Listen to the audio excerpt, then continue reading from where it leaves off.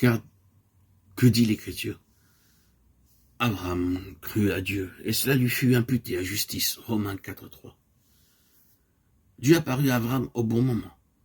Il l'amena dehors et lui dit, « Regarde vers le ciel, Abraham. Ne regarde pas à toi ou à ta femme ou à tes limitations. Ne regarde pas les circonstances, mais regarde vers le haut.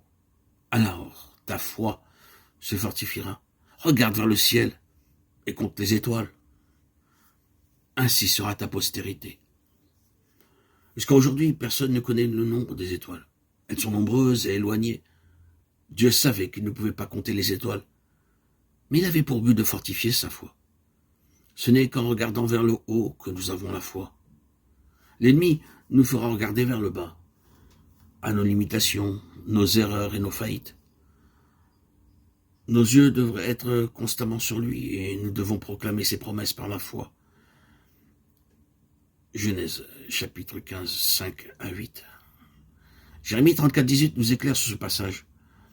En ces jours, lorsque deux parties se mettaient d'accord, elles prenaient un animal, l'immolaient, et ils partageaient en deux.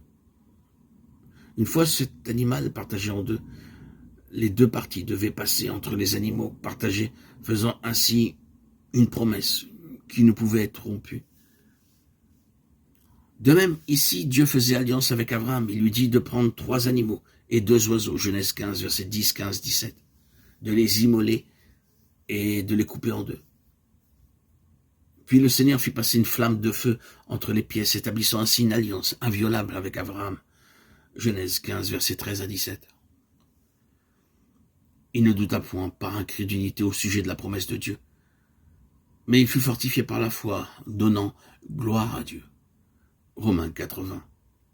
Abraham écoutait Dieu, et Dieu lui prédisait que sa postérité en tant que nation séjournerait en Égypte pendant 400 ans et reviendrait dans le pays à la 4e génération.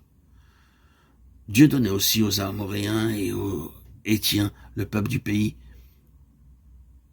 qui y résidaient 4 siècles pour qu'ils se repentent de leurs péchés. Si ces peuples du pays ne se repentaient pas, ils seraient jugés. Lévitique 18, 23 à 25. Et la description de la souillure du pays lorsque les enfants d'Israël revinrent du pays d'Égypte. Dieu avait attendu 4 siècles pour que ces nations se repentent. Mais puisqu'elles ne se repentirent pas, Dieu dut les juger.